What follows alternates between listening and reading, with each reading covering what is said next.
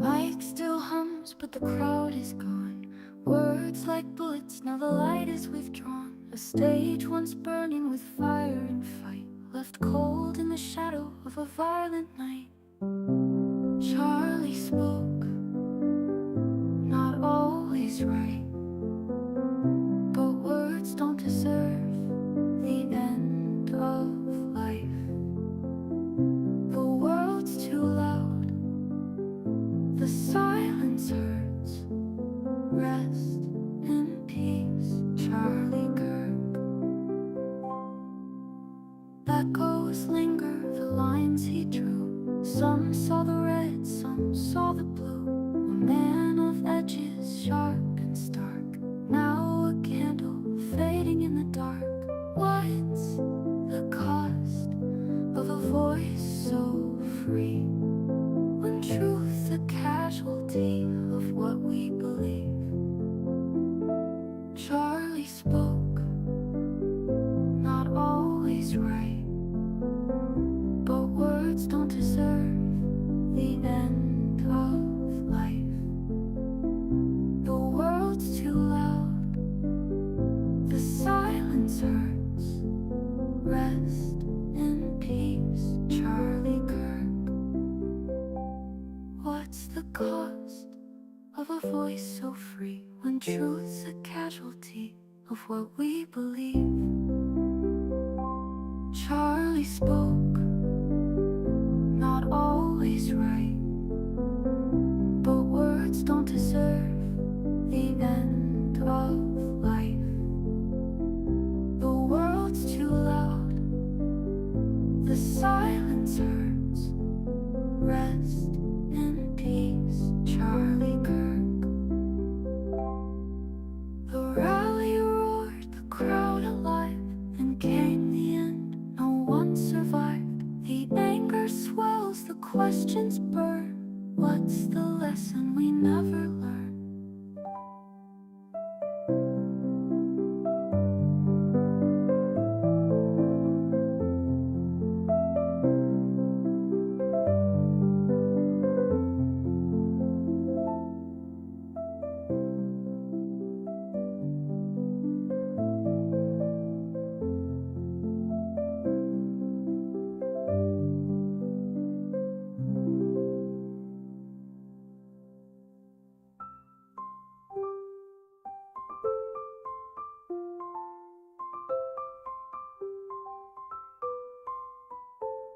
The rally roared, the crowd alive, then came the end. No one survived.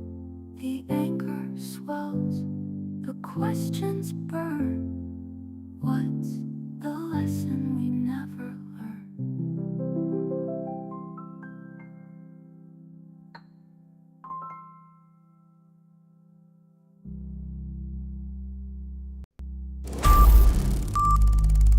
This is a Dissident Media production.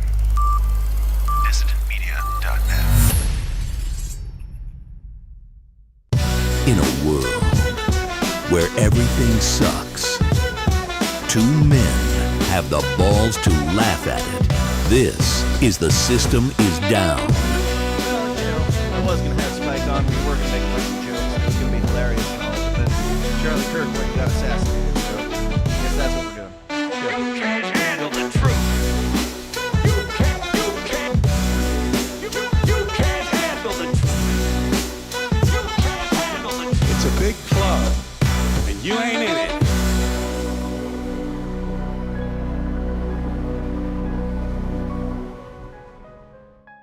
Ladies and gentlemen, welcome back. Today's episode is brought to you almost, if not literally, entirely by yourselves. People in the Downers Club. People like Michael McIntyre, James Strickland, William Ogle, Sir Turd, Nathan Gall, Keenover, Gilda Kate, John Winshaw, Bob Seaver, Drugs for Robots, Adam Pangea, CD, Jeremiah, JC, Noah, Justico, Joey, Perry, Adam, Donald, Matt, Osmataz, Danielle, Sean, Luke Picard, Level Zero, Javari, Craig DeCosta, Tim Brown, Nathan Saps, Mary Rome, John Barnhouse, and many, many more. If you want to get your name on that list and have it read incorrectly someday, go on over to patreon.com/The System Is Down, where you'll get more weird, more raw, more offensive, more generally weekly content. Now, I have some very, very bad news. Very, very, very bad news that happened today is my camera stopped working. So now we're going to this camera. But go to patreon.com/The System Is Down. I can see Spike's face whinging at my already going there. But yeah, we do have an odd one today, and I will say this was not planned in preparation. I did not know Charlie Kirk was going to die today. I didn't have this image ready or the song ready. In fact, I had this episode scheduled like a week ago at least, and as of a couple hours ago, I thought I knew what we were talking about today, and I had everything planned out and ready to go. And then, again, Charlie Kirk went and got himself assassinated. So, I guess we're going to talk about that, at least for the first bit here. And it is a serious matter. This is not a serious show. It won't be an entirely serious show, I would imagine, because of who we are. But, you know, it is quite a serious matter. I will now bring in my guest and longtime friend, Mr. Spikel Kahinakin. Nope, that's Dave. He's a longtime friend as well, but he's not the one I'm looking for. There we go, Spike.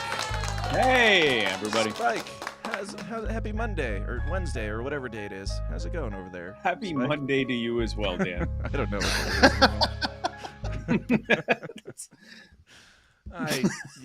My brain is just mush because I rushed to get this out. Like, I mean, it kind of feels weird even to be jumping on this so soon after it happened, but yeah, we're a show that talks about current events, and what else are we going to talk about the day that Charlie Kirk got screwed assassinated? either way, right? Yeah. Like, it's like we were already scheduled to go live. If we talk about it, people are going to be like, it's too soon to talk about it. Right. If we don't talk about it, people are going to be like, how can you not talk about what just happened? Yeah. Haven't you heard? Do you not care? So it's kind of like, all right, well, we're going to do it and we'll talk about it. And then the other things we were already going to talk about. I remember this when I had Muddied Waters. It was the same thing when some tragic thing like this happens. It's like, well, I guess we definitely are going to have to talk about this thing, knowing people are going to think we're being insensitive by mentioning it. But yeah. Yep. Can't avoid it. And there's not a ton to be discussed yet. Anyway, there's not a lot of information that's come out, but there's been quite a bit, and some things are already seeming sketchy. But Spike, for anybody that doesn't know you, Spike, give a little bit of background on you and go ahead and share what you've seen on this story so far. Yeah, I'm Spike Cohen. I'm the founder and president of You Are the Power.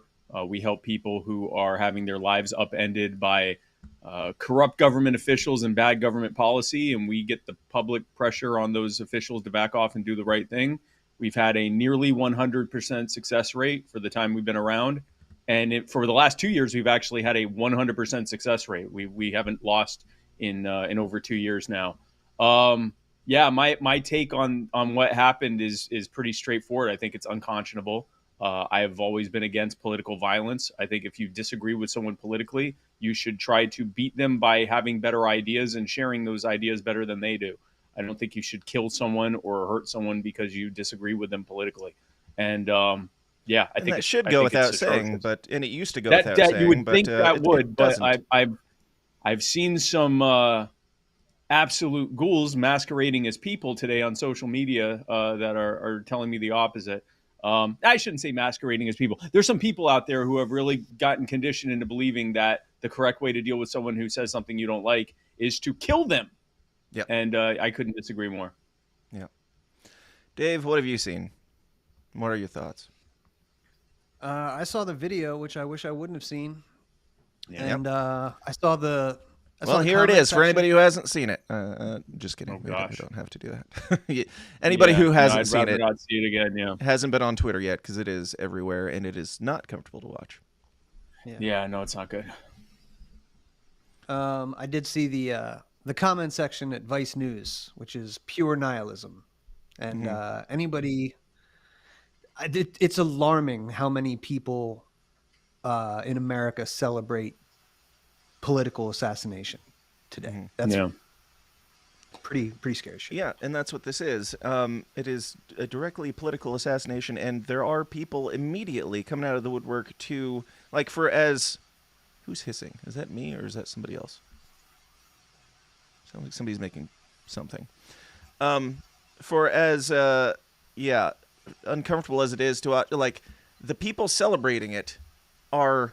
I don't think any of us agree 100% with Charlie Kirk on a lot of things, we're giant fans or anything like that. But the people, sorry, I'm going to try and get you in here after I play this, Spike. I'm not sure where your screen is. But, No problem. There's immediately people coming out of the woodwork for as weird as it is for us to be talking about it and addressing it, there are people coming out to celebrate it immediately. Yeah. And there are a lot of people that are like, no matter what side of politics you're on, you should never celebrate something bad happening to someone. I, on the other hand, do cheer when bad things happen to bad people. Charlie Kirk just got shot. Well, breaking fucking news, folks. Seems somebody just took a shot at one of the Fanta-Fascist's favorite 5-mile-wide mouthpieces, Charles Chucklefuck Kirk.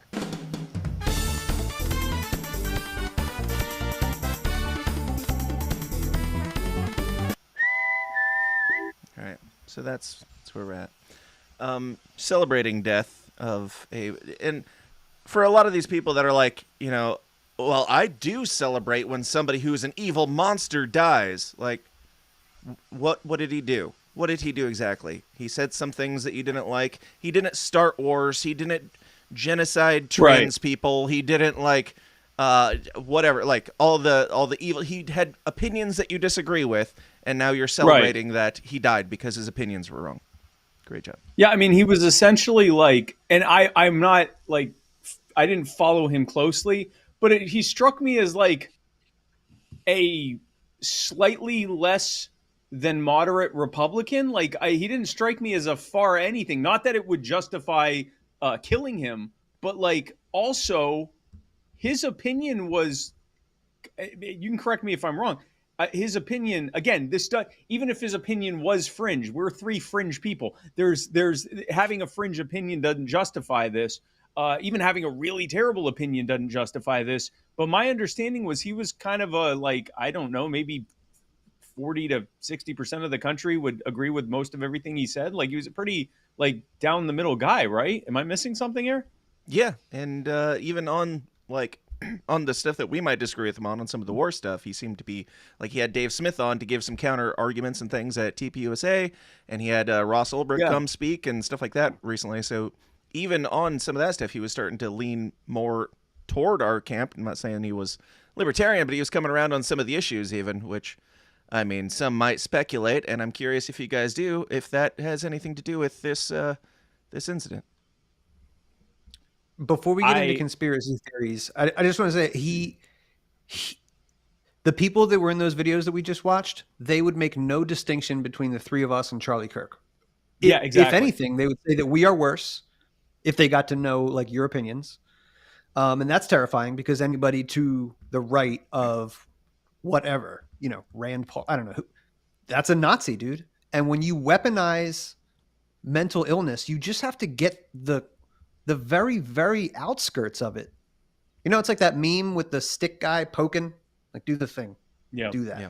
They've just been doing this for so long. So many people believe it. I think you can get some sickos, but I have seen some conspiracy theories, so I'll let you maybe. I don't have any hard evidence or anything, or even any hard theories. I'm just if he was starting to come around on some of these issues and be a little bit more moderate, a little bit less neocon-ish or what have you, could that be that that might be an outlandish conspiracy theory to some degree. I don't think it necessarily is outlandish, but I think it's very also plausible that all these people that were told that Charlie Kirk wants all trans people to die, or Charlie Kirk wants gay people to die, or Charlie Kirk wants this or wants that, or all the stuff that everybody's saying about Charlie Kirk probably had just as much to do with it. I mean, he has plenty of haters. He has no shortage of haters for his opinions, even I would imagine from a lot of people who don't really know what his opinions are. But Yeah. Yeah. So who knows? Who knows? Yeah, it's so early on. I mean, the safe money is that it's someone that is, convinced that he is, I guess, mildly right-wing opinions were going to kill them, and so they decided to kill him. That's probably the safest bet, but it's way too early on. It could have been someone who knew him. It could have been someone that was, angry at him personally because of an interpersonal thing. It could have been someone on the right who killed him because he wasn't far right enough. I mean, we don't know. And it could be what looks like the most obvious thing, that someone on the left decided to kill him. And we just don't know. So the one thing I did see, which I just, anytime something like this happens, you get these interviews and the things don't align with other interviews and stuff like that. So I would definitely take this with a big grain of salt. But there was someone who was interviewed who said that he saw someone who wasn't the shooter get up right after the shooting and say that they did it. And that made him think that maybe there was more than one person involved, or that there was, pre-planning to this or something. That could also be the case. But I mean, this is all just totally baseless, wild speculation. Sure. We really have no idea. It just happened a couple hours ago.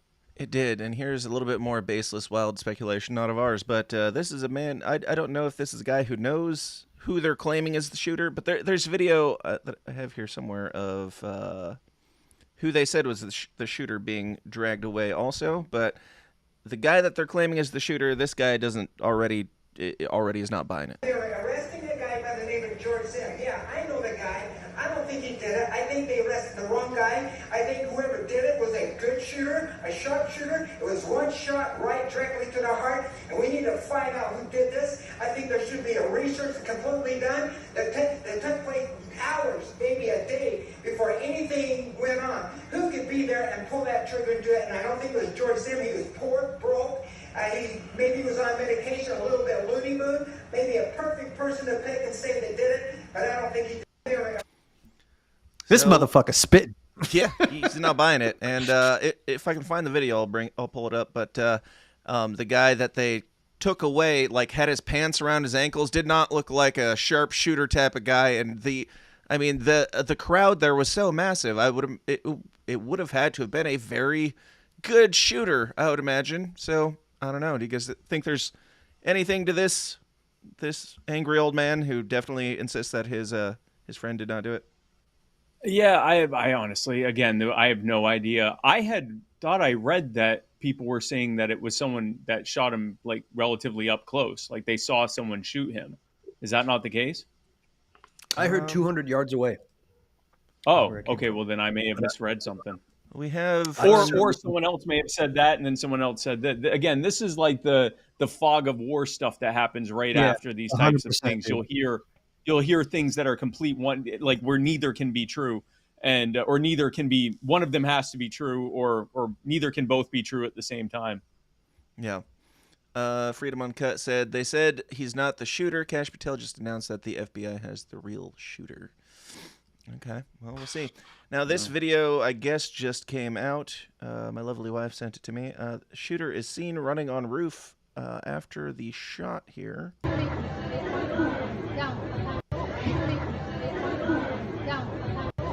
Okay, I mean, somebody's on the roof.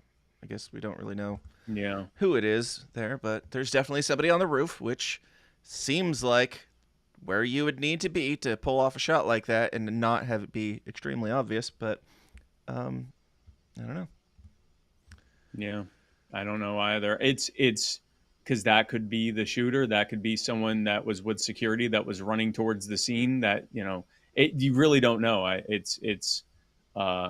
I don't know. Whatever happened, it's a very unfortunate thing, and it makes I think it was you that said it, Dave. Like, there's people that link us into that. Like, they would hear our opinions and lump us into Charlie Kirk, because we're to the right of, like, I don't know, Mitt Romney or something.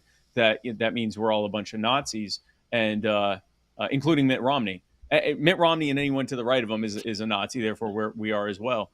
And so it's like, is this going to escalate to the point to where even someone like me or you who don't have quite the platform he does might have a target on our back? It's a worrisome thing. But I mean, in the meantime, a husband and father is dead now, and his family is having to mourn him while hopefully not going online and seeing what a tremendous number of people are saying about the death of a husband and father. It's just unconscionable. Yeah, and for anybody who thinks that we're talking about this too soon, MSNBC was talking about it immediately following, and they had some spicy takes as well. Then lead to hateful actions, and I think that then lead to hateful actions, and I think that's the environment we're in. That people just, you can't stop with these sort of awful thoughts you have, and then saying these awful words and not expect awful actions to take place. Matt. And that's the unfortunate environment we're in. Turning Point USA has confirmed that he was shot. And there are a number of It's like the worst fucking timing ever. Then lead. He's just like, well, you know, some people say things and then things happen. Oh, this just in, he's dead. Oh, shit. I saw another clip. So much. Go ahead, Spike. I saw another clip on MSNBC where they were like, well, it's too late to speculate whether he was shot or not intentionally. Maybe one of his supporters was shooting a gun in celebration. Yeah, that was that in which a shooting like this happens. Priority ahead of you.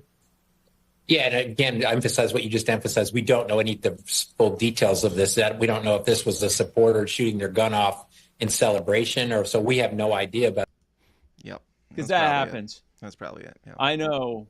I mean, I've been at events where people have shot guns in celebration, and typically they didn't aim them at anyone, and you know, hit them point blank. I don't know.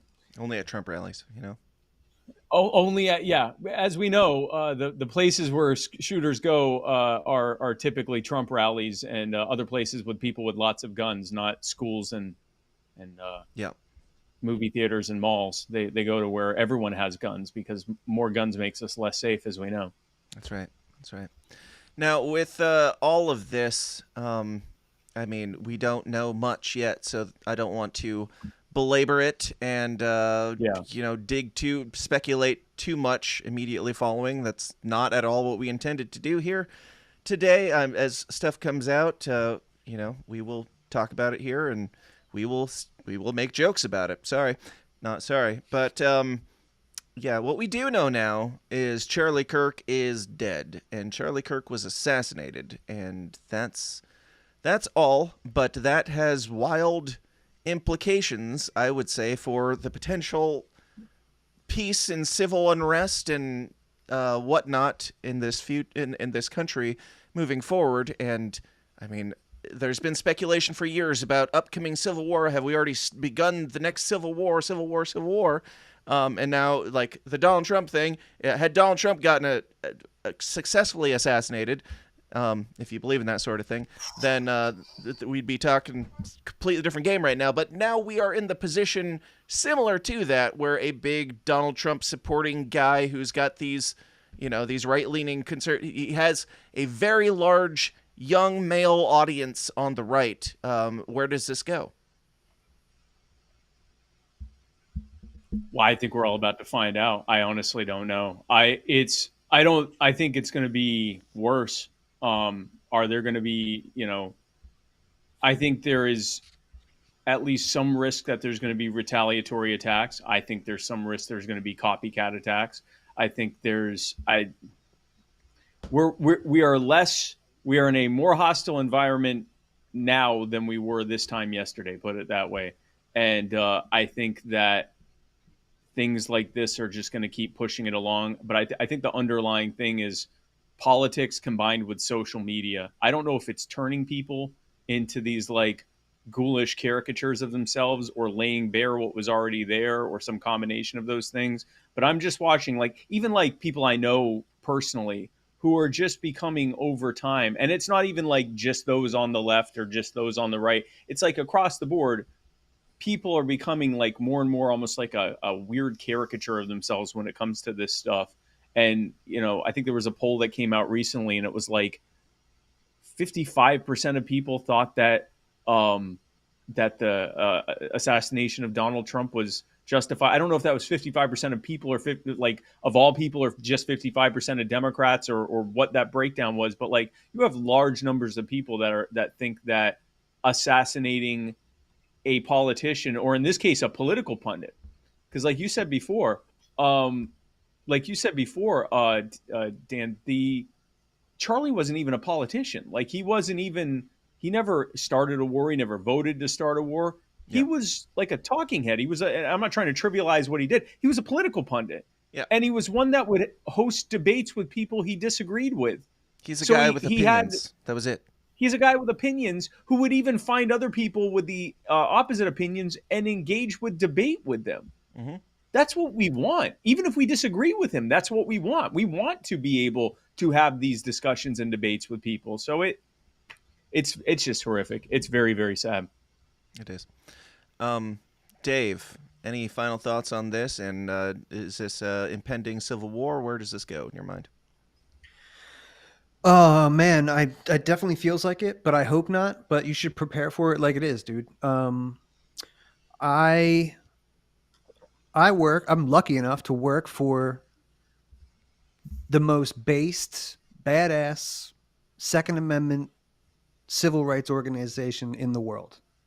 And the common denominator in the shit that you're seeing, like just the other day, that girl's killed, everybody is freaking out, we barely even had time to process that, right? Yep. Is the gun-free zone, bro. Like at the same time that they're like that the people are poking you with the stick, they are disarming you and making sure that you are in places where you cannot be armed. That was in North Carolina. I'm pretty sure that even in North Carolina, you can't have a gun on that train. And I'm not saying she would have had one, but maybe somebody, if the culture was just not so fucking neutered, maybe there could have been somebody who was on that train who maybe could have helped her or done something. Or maybe if Charlie Kirk was allowed to have armed security or something, I think that we got to not rely on anybody else to protect ourselves. Is the main. Yeah. And point. even so, like I brought up the thing with, I think her name is Irina, who was killed in that video. And I said, Irina should have been able to carry a firearm on that train. And people were like, yeah, but she had her back to him. And, tactically, she probably wouldn't have been able to stop him. And the point isn't that specific instance. Had it been common knowledge that you can get shot on a train if you try to hurt someone, there's going to be a lot less violence on that train. And we see that. Like the safest states in the country are New Hampshire, Wyoming, and Maine. Those are also the states that have the least gun restrictions in the country. So at the very least, we know that it's not a gun problem. And so even if maybe that one incident wouldn't be stopped, but in general, there's a lot of incidents that wouldn't have happened if people didn't feel like they could casually murder someone and then walk away with impunity. Yes. Right. Agreed. And my notes are all sorts of clusterfucked out of order today because of all these happenings. We do have the stabbing on the agenda. I do want to talk more about you, Spike, and I do want to lighten up the mood a little bit. I'm sorry, everyone. It's going to be hard to do, unfortunately. You think it's going to be hard to do, but the system is down, and we can make anything happen here with just a few buttons. I am concerned where this is going, but okay. So what we're going to do, we're just going to take a quick ad break and hear from, hear from our sponsor at Lone Star Injury Attorneys. And immediately after, we're going to set this aside. We will discuss Charlie Kirk more in the ongoing future. We are all very troubled and concerned by it, but I think in dark times, laughter is necessary and appropriate. And that being what it is, I think it's our job to share with you the rest of the news. And so with that, we will break from the Charlie Kirk news. If you're not ready to laugh about other things, then peace out now. It's fine, and we're gonna laugh about other things though. So if you have been injured on the job, like say speaking events or anything else, go contact Lone Star Injury Attorneys. The great William Shakespeare once said, "First thing we do, let's kill all the lawyers." That's right, it is common knowledge that literally no one in the known universe actually likes lawyers. That is, until they're saving your ass. Max the Axe at Lone Star Injury Attorneys is a professional ass saver. A rare breed, though he be a lawyer, he is indeed a principled libertarian. a defender of the injured and downtrodden, a supportive, faithful Downers Club member, my personal favorite, and a shockingly kind and hospitable fellow at an award-winning personal injury law firm. So if you've been injured on the job in an automobile accident or some other form of cattywampus beyond your personal control, visit LoneStarInjuryAttorneys.com or just Google Max the Axe for maximum results. Consultations are free and you don't pay a single dime unless you win. Go with the pros at LoneStarInjuryAttorneys.com and get your ass covered. And Dave is back, and so are the rest of us when my buttons are working properly. All right, we're here to talk about the news and all the happy things that are going on in the world as it burns around us, be it, subway stabbings and shootings and war and departments of war and rumors of war, and my phone is blowing up. Now, with... it's probably about that ad. Yeah, probably. I did have one more thing that I wanted to mention on the... another thing to mention on the... stabbing incident before we move on, and I had it up. We're gonna have some fun, I swear to God. But before we do, yeah, it's gonna be great. It's gonna be great. You guys are gonna laugh so hard. It'll be a lot of fun, talk folks. About the subway stabbing. But first, so this girl was stabbed on the subway, and that is another topic of buzz and shit going on in the world. And this. I wanted to share this and get you guys' thoughts on this. I haven't dug into this story a ton. If you guys feel free to speak on it and share whatever you got. But this, I guess, is the stabber whose name is what? DeMarcus Brown? Is that his name? Which is it's the DeCarlos something. DeCarlos Brown. DeCarlos. Much different. Which is a name that if I were writing into a script, a black guy who stabs a woman on a subway, DeCarlos Brown. Makes sense. Now, DeCarlos Brown, he had some things to say about his innocence in this stabbing that was clearly caught on camera. I want to get you guys' thoughts on this. So you said something in your body did what? Nah, the material, put it like this, the material used my body to stab the lady.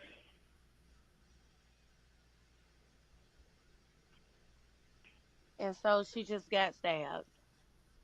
Yeah. You know that's not me. I'm talking about just for no reason. But since they did that, now they got to investigate the material my body is supposed to. Since they want to do all that, now they got to investigate. It's funny because she's from the Ukraine. She's from Russia, and they got a war. They had a war going on against the United States. So I'm just trying to understand, out of all people, why her? It ain't. I don't have nothing. They just lashed out on her. That's what happened. They lashed out on her. Whoever was working the material, they lashed out on her. So, the material that is inside his body, he did not kill her. The material that was inside his body, of course, forced him, and she just died. Wasn't that what he said when he kept calling 911? He kept telling them about a material that I believe because he got arrested for calling 911. Yeah. He kept calling, and they would say, "Stop, please stop calling," and he would call again. He kept calling until they came and arrested him. And between that and the fact that his mother, it's probably somewhere in there, yeah, he had called him. He had previous violent offenses and stuff like that as well. But just a few days prior or a week or so prior, he had been calling talking about material or whatever. I don't know if that was a setup to then try to plead insanity after killing someone, or if he's legitimately insane. But I know his mother said she had been trying to get a psychiatric commitment for him for quite some time because he was acting violent towards her. I mean, he shouldn't have been out. He clearly shouldn't have been out. And I've not vetted this, and I've learned with my time at You Are the Power to vet things before making really solid claims. Because all right, hold on, let me put you to big screen so you can make this unvetted claim. Go ahead. Unvetted claim alert. I have read that the judge who ordered him released and to report to some kind of second chance care center of some kind, that she is the owner of that center. So she's self-dealing, she's sentencing people to this diversion thing that she makes money from every time she sentences someone to it. And so instead of him being held until they could get his mental health corrected or determine that his mental health is too far off for him to be able to be out safely for himself or others, he was just out without that and ended up murdering someone. So he clearly shouldn't have been out. And I think there's a lot that I can say about public officials self-dealing, and if that is true, that's exactly what happened here. Yeah. Now I do want your opinion, Dave, on the guy, as the other conspiracy guy in the room, at least, on the guy who says, the material in my body made me do it. The material in my body triggered me into murdering that woman. Classic MK Ultra, bro. We knew it from the start. I'm just kidding. Are we gonna do this now? Okay, all right. All right. He was in jail. What I heard, again, check the facts, 14 times. Yep. Yeah. 14 times. So I don't know what all those charges are. I'm just saying, like, that's infuriating. That, like, if any of those other crimes were violent crimes, or if he was on the radar for that and arrested a couple times, it's like, that's just so pathetic. We're libertarians, right? We think a lot about what you're willing to put someone in a cage for. Yeah. Violent people belong in cages. Yeah. Like that. Was it not established? Was he rehabilitated? I mean, we should look further into that ladies' organization. Obviously, they didn't rehabilitate that guy, Obviously but he's probably not. had he's probably had chances in the past. Nobody did it, and he was still on the streets. Mm-hmm. Like, there's people in jail still for weed charges that, like, last a decade, or that's fucking crazy. Yep. So, total failure, of the system. It's down. Totally down. The system is clearly down. What's going to happen is you're going to have people on the left going, this is why we need more diversionary program. In other words, more judges, self-dealing, and public officials self-dealing, and for their politically connected friends. And then you're going to have people on the right going, no, the police need more Hellcats and drones. And you're both of them are going to decide that our various civil liberties need to be eroded away to protect us from this guy. And it's like, no, actually, the police being even more heavily armed and having even more, MRAPs that they're driving around in isn't going to fix this. What would have fixed it is if the guy who already had an established history of violence and mental health problems was getting either the punishment or the help that he needed. That might have helped. And the problem is, I think both sides want crisis. They want things to get worse because it makes it. If I'm in the government, I have a vested interest in the problem getting worse because that makes it easier for me to sell the two of you on giving me more money to fix it. And so if things are perpetually getting worse, because the idea of, hey, maybe the government's just not good at this, so we shouldn't have them do it, that's completely off the table with like 99% of people. The idea that the government shouldn't be involved in something or isn't good at handling something is so foreign to them and so insane sounding that the answer obviously is they need more resources. Even if everything's getting worse, even as they get more resources, they just keep saying we got to pour into it. And so it's this really unfortunate. We're seeing it with Child Protective Services, with the families that we're helping with You Are the Power.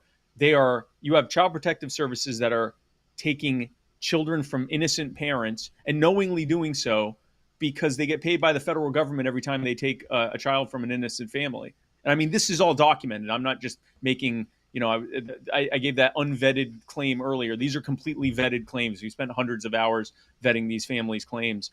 And it's all because the federal government is paying the state CPS agencies to every time they accuse someone of abuse and every time they take a child from someone. And they're so really bad at children's following homes. up on it or anything too. I work with a lot of foster kids too. They take reports and they talk to people, but they don't actually do a whole lot when it comes down to it. And as far as a lot of investigations go, so they get paid to go out and take a report, and then there's a lot of circumstances where the child is in danger from their parents or from their foster parents, and they're not all the best at taking care of that either.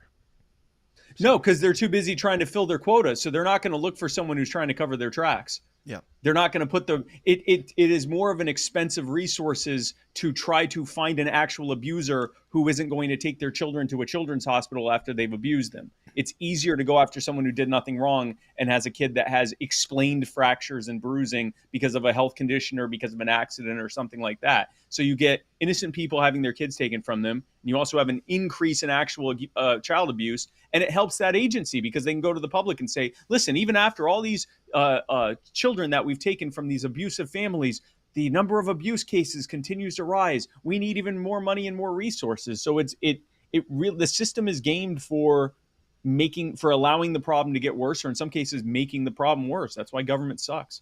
Yeah, absolutely. Now, we were talking about the subway situation. We're kind of transitioning a little bit, which the next thing I was going to talk about. And I was initially going to talk about You Are the Power from the start. That's where this whole conversation was going to start. Then Charlie Kirk had to go and get shot and take all the attention.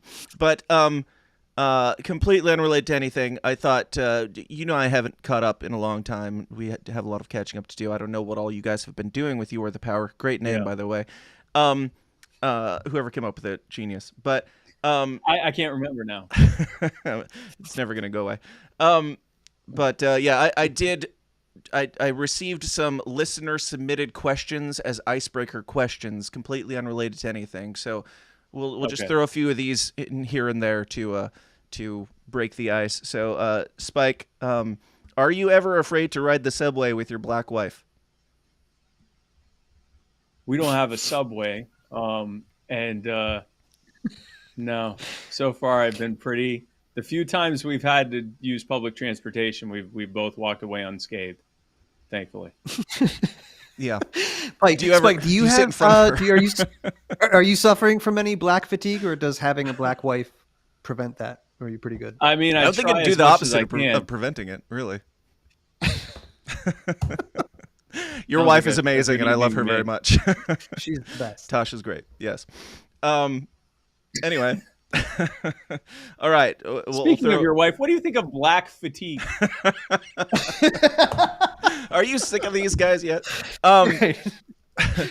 Another listener submitted a question. I heard that the Trump 2025 project is going to make race mixing illegal. How does that make you feel? These legitimate questions. I don't write them. The listeners do. Do you not write them? I definitely don't. Right. Or they I definitely do not. Next question. Spike. No, I don't think. I'm not worried. No, listen. What's the difference between Donald Trump and a liberal Jew? Donald Trump's grandkids are Jewish. Like, I'm not worried that Donald Trump is going to make miscegenation illegal. Gotcha. Next question. Spike, you were a Jew, but publicly converted to Christianity recently. Was this a marketing move to target the rising demographic of anti-Semites? No, the thing is, I now have finally freed myself to try to grift as a convincing anti-Semite, but no, I don't plan to do that. Are you gunning for Charlie Kirk's job? Is that what you're doing? Oh my God. No. Wow. Spike, how have you been lately? How's You Are the Power doing? Go ahead. It's going great. Wow, it's just You me now. fucking Okay, dickhead. all right. Yeah, no, it's going well. Perfect segue there. Just me all by myself up here now after that one. No, we're doing good. Thanks. Crushing. We're just crushing it. All right, next question. Spike. I want to make because speaking of serious things, something I forgot to say before when we were talking about this, this thing with Charlie Kirk, is we actually go after, we were saying Charlie Kirk's just a talking head. He wasn't actually a politician. We've actually gone after public officials who were trying to ruin people's lives, and not like in the aggregate, like bad policies that lead to a lot of people hurt. They were trying to steal someone's house. They were trying to take someone's kids from them wrongfully. They were trying to, arrest them and charge them with a bunch of things that they know they didn't do. They were trying to put them in prison for decades when they know they were completely innocent. And even then, even when you could look at that and understandably have some very violent thoughts about those people, we still reached out to them with a genuine desire for reconciliation, for them to realize they had done the wrong thing and to back off and do the right thing instead. We actually asked them to do the right thing so we can thank them for doing the right thing. And now most of them just do it for political expedience reasons. Fine. That's fantastic. Some of them resign in disgrace because they can't even think to do the right thing. Also fine. If you back off and resign and someone else can step in and do the right thing, that's also great. That was your choice. But we've had some actual examples of people who have realized that they didn't become ideological libertarians or anything like that necessarily, but they realized they were wrong and like genuinely did. We believe they genuinely did because they privately reached out to us. And in the case of the head of the CPS agency in Georgia, her name's Candace Brose, and she actually contacted us. She's the head of, it's called DFACS, Division of Family and Children's Services. That's their CPS agency. And she saw our content about what her agency was doing to families there. And I believe she didn't know it was that bad because she was just going by what her, the underling, she was a political appointee. She didn't know what her agency was doing. And so she contacted us and said, I had no idea it was this bad. What can I do to fix this? This is privately. She didn't go and do a press conference and say, oh, I'm as disgusted as you. She contacted us personally. And so we sent her a list of things that needed to be implemented immediately to make sure this didn't happen anymore. So she did. We're the ones who announced that she did it. Yeah. She didn't announce it. She just started doing it. And then when it came time for us to get that codified into law, it's called Ridge's Law. It was named after Ridge Collins, one of the children that we helped get back to his parents after 3 years of him being taken from them wrongfully because he has Ehlers-Danlos syndrome. And when we were getting Ridge's Law passed, she said to all the officials there, to all the legislators there, she said, this is already our policy. Just make it the law. And it passed unanimously. And Governor Kemp signed it into law. All of that happened, or it happened as easily as it did, because she genuinely responded to our genuine desire for reconciliation, for her to do the right thing. So even in the case of someone who's acting like a monster, there's at least some chance that you can get them to realize the error of their ways. And if only for political expediency reasons, but also potentially because they recognize they were doing the wrong thing and they want to do the right thing, you can get them to do the right thing. The idea of using violence against someone who said something you dislike or said something that was terrible and egregious even, that's completely unacceptable. Like, even people who are doing the wrong thing, who are actually doing it, not just talking about it, we can still try to get them to do the right thing. And there obviously are lines where you can defend yourself and all of that, but I am a very strong believer that there's a lot more legitimate persuasion we could be trying to do long before we go to the absolute last measure, which is actual violence. Yeah, I agree. And you're a master politician still. You've been out of, the politician spotlight for a while, but you still have an amazing ability to spin a question that you don't want to answer or even acknowledge into something completely different. And I commend you on that, Spike. I've always that I'm admired not that worried about about Donald Trump making race mixing illegal. I did address that. Yeah. I'm saying good job. That's all. Thank you. You guys are doing great work, man. Seriously. Really. I appreciate that. Thank you. You are. Thank Absolutely. you. Thank you. Yeah. I attribute a lot of it to this name, which came to me in a dream. Mm-hmm. Burning bush. I had by myself. I was sleeping, and I remember before I went to bed that night, I thought, the problem is a lot of people think that the government has all the power, and if only there was some way through the Vermin Supreme campaign that I could explain to people that that's not true, that the government really doesn't have any more power than what we're willing to give to them by proxy. And I went to, I was, all night, this is how I sleep. And I was shaking. I assume I was asleep. I don't know what I was doing, but I think I was shaking. And then it just came to me, tell them that they are the power. And I thought, well, that's clearly not God's voice, because God is the power. And at the moment, I'm currently a somewhat agnostic deist, making what later would proved to be a somewhat problematic theological statement unintentionally. But it works. It works for now. And I woke up and I said, okay, that's what the organization is going to be named.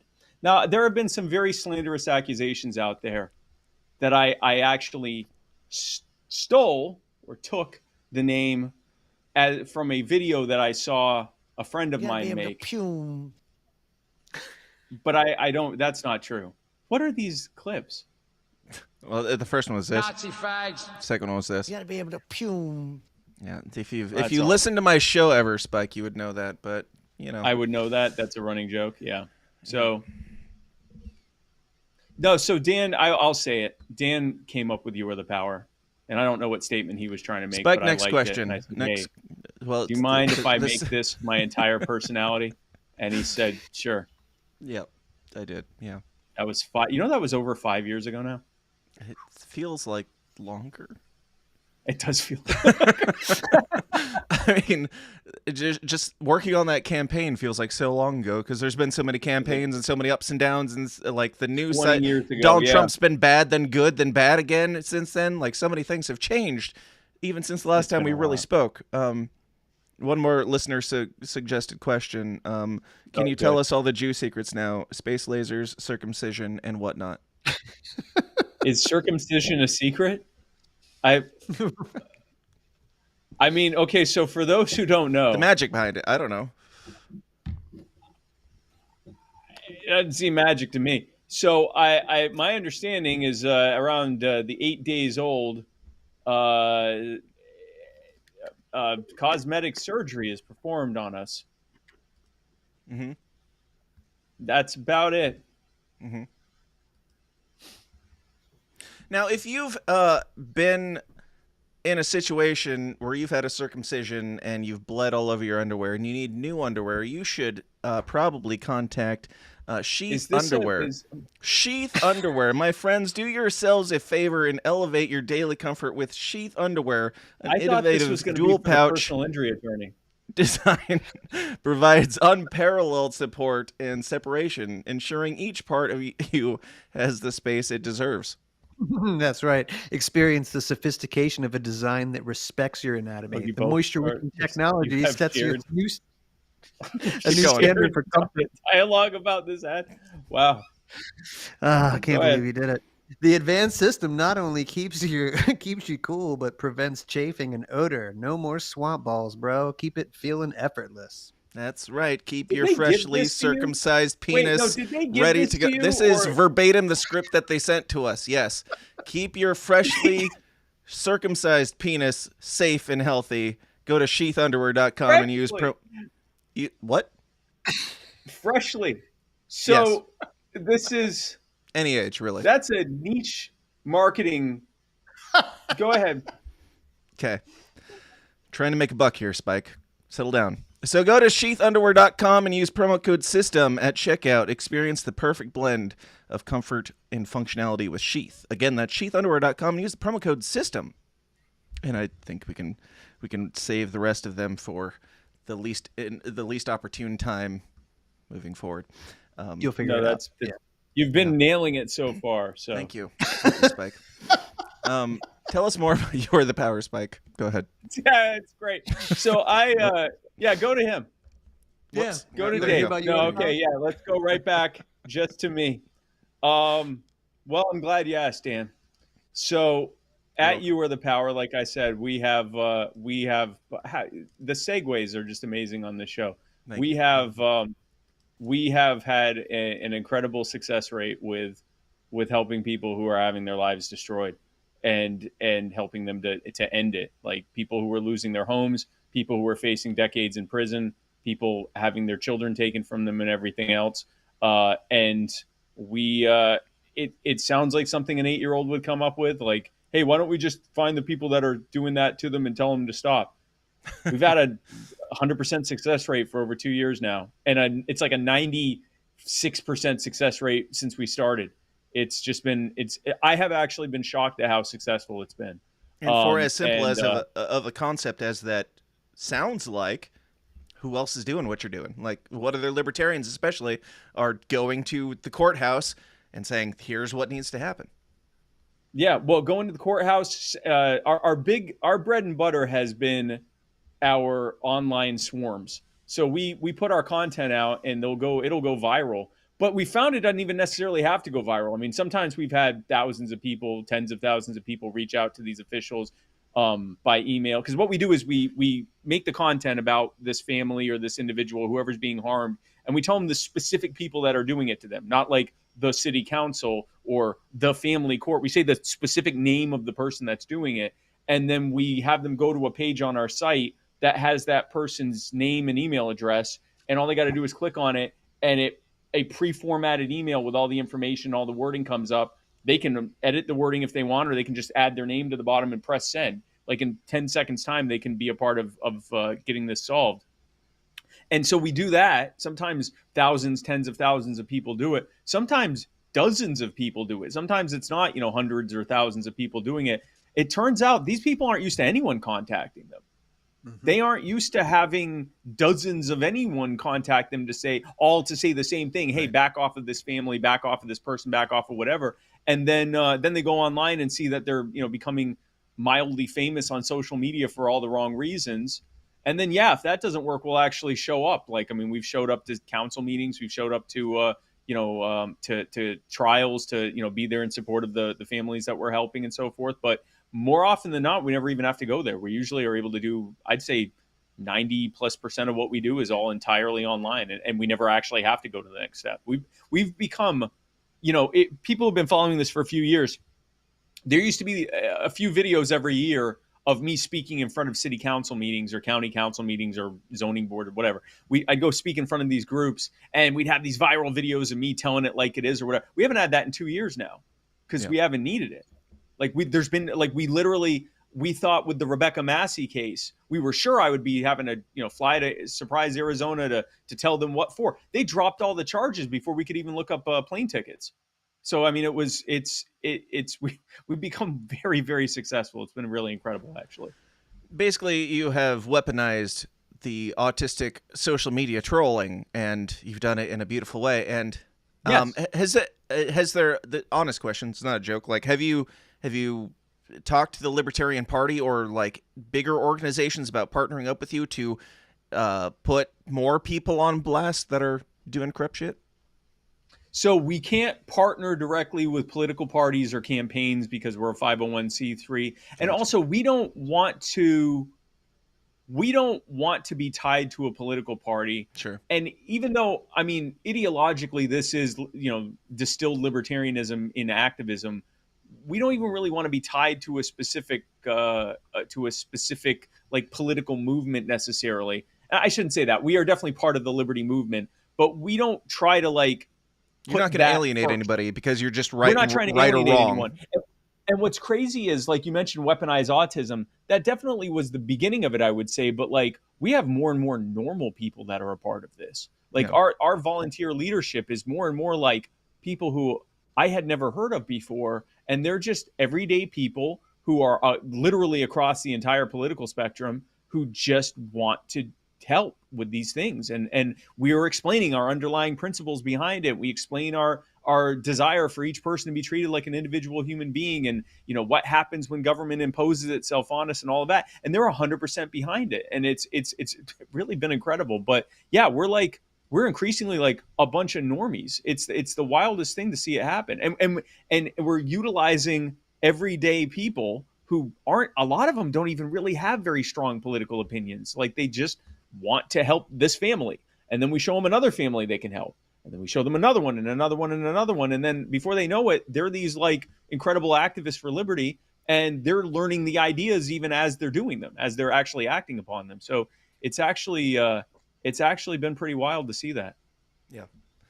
You know how if your house is like a total mess, it can be really intimidating to know that you have to like fix the whole thing. But if you just like examine one little thing at a time and you're like, wait, if I just tackle this closet over here, that's what I love about your approach. It's like, it's really easy to understand when you go, this family over here with these names are being attacked by these people over here with these names, and we want to help them. Like, it's just, I think everybody, normies, can just get on board with that, man. It's a great mode of operation you got there. So you really nailed it there, Dave. With the libertarians have gotten really good at explaining these huge, like, the underlying problem behind the global banking system and fiat currency and the military industrial complex. And then we prepare to lose valiantly.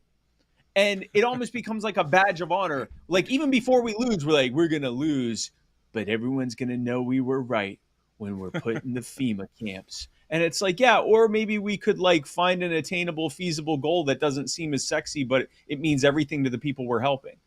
And that's what I did. And I want to build, and I talked about this even at the end of the campaign. One of my biggest takeaways at the end of the campaign was I met all these people that wanted to do something all the time, not just every 4 years. And they would prefer to do something that might actually win. But then I realized we don't really have a culture of winning. We have a culture of like losing valiantly. And I thought, okay, well, how do you win? You win by starting with stuff that you can actually accomplish. And so like our first targets were like small town city councils and stuff like that. And things that we thought we actually could attainably solve. And then it worked more often than it didn't. We had like the first year, even as a proof of concept before we officially formed, we had like a 70% success rate. I'm like, all right, well, that's good enough to get started. And that success rate has grown over time as our scope has grown. I mean, we're now taking on statewide issues. We're having state level public officials reaching out to us saying, hey, we need your help to kill this thing. Like it's reaching increasing proportions, and our success rates going up. And it's because we started with attainable goals that were actually feasible, that had a legitimate call to action, that wasn't some Leviathan thing that seems hopeless from the start. Even the stuff with CPS agencies. The root of this is Title 4E of the Social Security Act, where they're paying CPS agencies every time they accuse someone of abuse and take their children and place them in foster care, and then eventually take them permanently from them and put them in permanent adoption. If I start with that, first of all, a lot of people are going to go, I'm sure that's not what's really happening. That sounds a bit much. I'm sure that, they're trying their best or whatever. And then the other thing that happens is people go, wow, if that's true, there's nothing I can do about it. That's just too big of a goal. That's a Leviathan, you can't fight City Hall. You can't fight the system. But if you say this family is having their children taken by this CPS worker and this family court judge, and here are their email addresses, and in like 30 seconds, you can join us in contacting them and telling them to back off so we can reunite this family like we've done for so many others, well, that sounds perfectly attainable. It's worth a shot anyway, 30 seconds of my time. And so then that happens, and we can reunite that family. And then we reunite that family, and we reunite that family. And each time we explain the underlying reason why it's happening. The state level policies that are making it easier to happen, and ultimately the federal policy, Title 4E, that's creating the incentive to do this in the first place.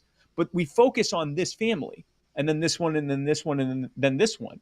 As we're doing that, we're growing a movement that reaches the critical mass to get legislation that passed in Georgia, and to get legislation passed in other states that are coming soon, and ultimately to potentially repeal Title 4E, or at the very least tie the funding to something else like the population of the state or something neutral, something that isn't an incentivization of doing the wrong thing.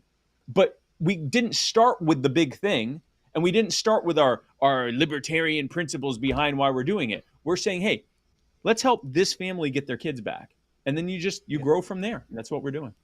Taking human action, as some might say. Yeah. Taking human action, as some might say. I like it. And even for... Well, good, because you named it. Yep, that's the extent of my dealings with it, because still haven't been hired to do any video or anything. We gave us the domain name, too. So what? That. Oh, yeah. Anyway, yeah, I like it. Wait, whoa. You made our first video. I did. So that's not true.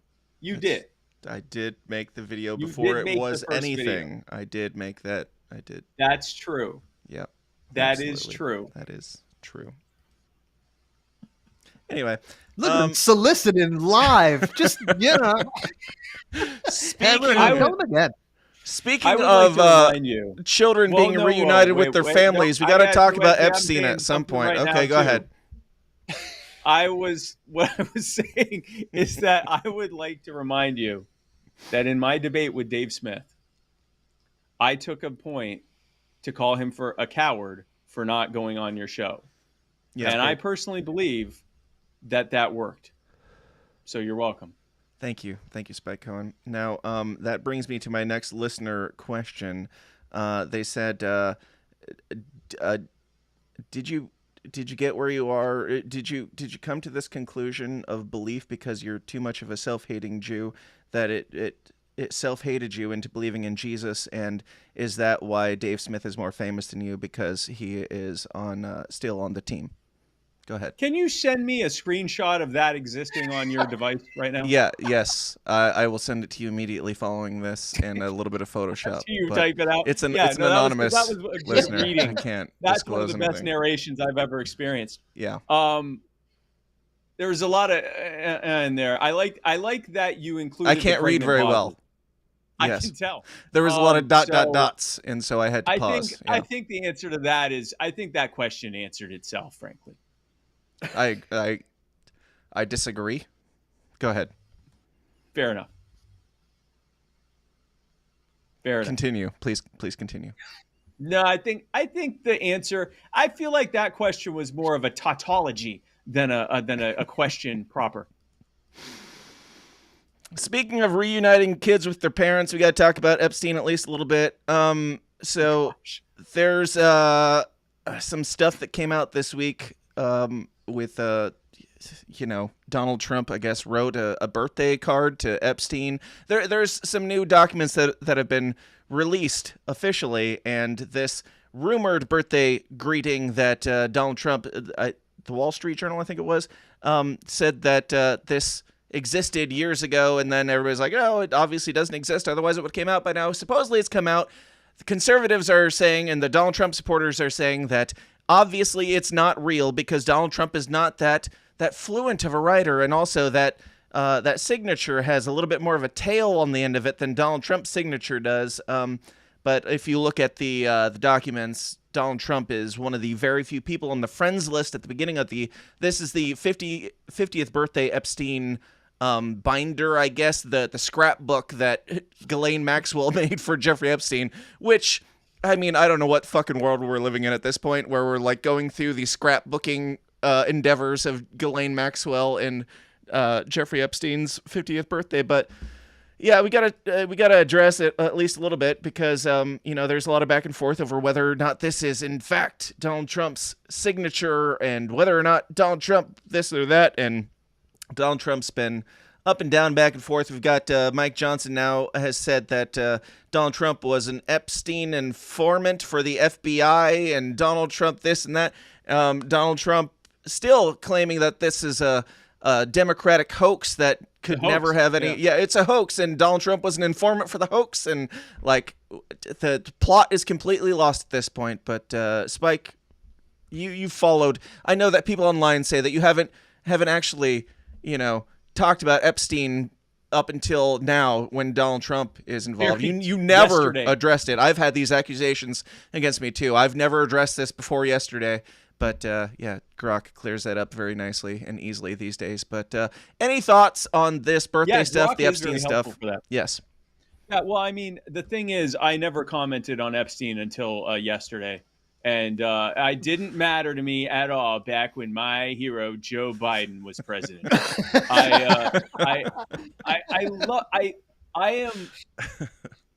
I used to get frustrated by those types of comments.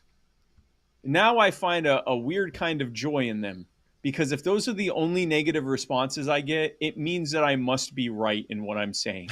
If the only thing that they can respond with is, well, why are you saying it now? And you've never said it before, which is not true. Like, why have you never said it at all? And why aren't you saying it now? Why won't you say it now? And why didn't you say it before? And why are you saying it now as well? And why did you say it then? Like, it's why it's like both. Why would you say this? And why didn't you say this? Right. But I do the Justin Amash style, my response is just all the links to all the times during the time Biden was president that I did talk about it. Because it is something very important, and it's not specifically just Jeffrey Epstein or whether Trump was on the. It's obvious that there are so many powerful people that were a part of this seemingly CIA Mossad honeypot that Jeffrey Epstein was doing out in the open. I hope Trump's not on there. I hope he's not. That'd be great if he wasn't. If he is, that's not my problem. That's not my fault. After all this, okay, let's talk about 5D chess for a second, okay?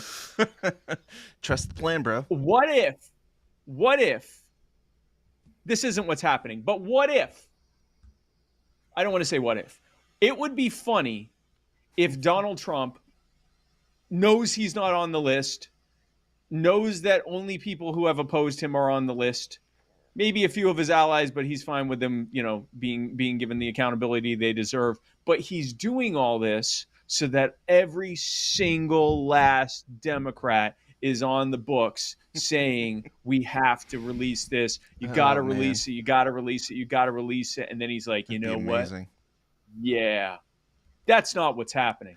It's not. That's complete copium, and that's my favorite fan fiction. It would be amazing. I hope that's true, but it's not. I want it to be what happened, but it's not what happened.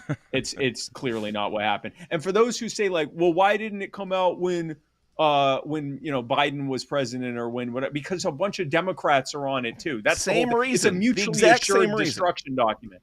Yeah. Yeah, for the exact same reason, Biden did not release it either. It might have gotten dirt on Donald Trump. Donald Trump might have dirt on Joe Biden because of it. Who knows? He definitely has dirt on the Clintons, probably.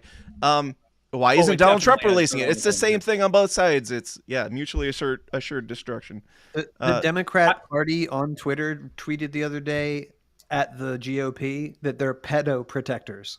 I'm like, are you guys just blocking out the last like 8 years? No, yeah, but like, it is, the pedo protectors are nonpartisan. That's and you're right. Yes, and you also are pedo protectors, and we all know that too. Because Epstein was arrested. Epstein was arrested under Trump's first administration. Then we went through that. Then we went through the entire Biden administration and the Kamala administration, even to some degree, the Barack Obama administration, even before that, because. It's not like I knew about Jeffrey Epstein before Barack Obama knew about Jeffrey Epstein. It's not like I knew it, and I was talking about I was talking about it before the last Joe Biden administration. I was talking about it before the last Donald Trump administration. But now because we're talking about it, we are bad because we've never talked about it before. It's like, motherfucker, like, why isn't your guy talking about it? Why isn't their guy talking about it? Nobody's talking about it. Nobody wants to talk about it. And the elephant in the room is that your guy is the one that's currently running cover for it. He's in charge. Yeah. He's the one who has the keys, and he's saying it's a hoax. Shut up. Don't look at this. Please don't pay attention to that birthday card that I'm going to bring up here in a second. And it never happened. And it's just the most brazen and like the most exposed they've ever been, because how much the point that I've been making since Donald Trump's initial statement is the best that they could have said, and much better than what they're currently saying, is nothing. They could have just kicked the can down the road some more, as has been done for all this time. But instead, they ran on it. They ran on, we're going to release these files, and then they come out and say it doesn't exist. Like, that's a complete fuck you to all of your base and all of your supporters, but they still support him. And if there's anyone who can get away with it politically, it's Trump, and that's wild. Oh yeah. Like I remember when Elon said, and this was before all this stuff happened. Elon was just out of nowhere. He's like, Donald Trump is on the Epstein list. Yep. And I'm like, uh-oh. And then he takes it he takes it down, and he goes, I really regret that I said that. And it's he didn't say that. He said, I regret some things I've said over the past couple of days. He didn't even say that he regretted that. Did you regret it because he's not on the list, or did you regret it because he is on the list? Yeah. And so then that's in my head, Donald Trump, Epstein list. You don't forget that easily. Yeah. And then all this stuff starts, and Trump acts like a bad actor in a movie where it's obvious he's guilty, but he's like too Michael on the Scott nose being about caught it. in a lie from The Office. Yeah, Michael Scott being caught in a lie. Like what? Or What like, you're talking about that? Why would you bring that up now? What? Why are we talking about this? This is a hoax. And like you watch him, and it's like, man, I hope this is that 5D chess thing I was just saying. But no, I think it's very obvious what it is. And yeah, it is. It's crazy that he could actually potentially get away with it politically and still have the bulk of his political support intact after this. It's nuts. Nobody else could do it. It is. And no one else could do it. Here's some images from the birthday book. This is the friends list that I mentioned earlier that's close to the front of the files, so I imagine it's the front of the book, and this is not a long friends list. This is the first part. There's a second part, but it's still not a long friends list. As you see here at the beginning, there's Jean-Luc Brunel, Bill Clinton, Alan Dershowitz, Joe Jorgensen's pick for secretary, Supreme Court justice. Supreme That's what it was. Yep. Just throwing that in there. Any thoughts on that, Spike, before we move on? Oh yeah, I got a couple. So I was in Minnesota preparing to fill in for Joe at an event in what's that? It's a suburb of Minneapolis. Anyway, we were going to be doing an event there that Joe was supposed to do, but she had gone back to work full time.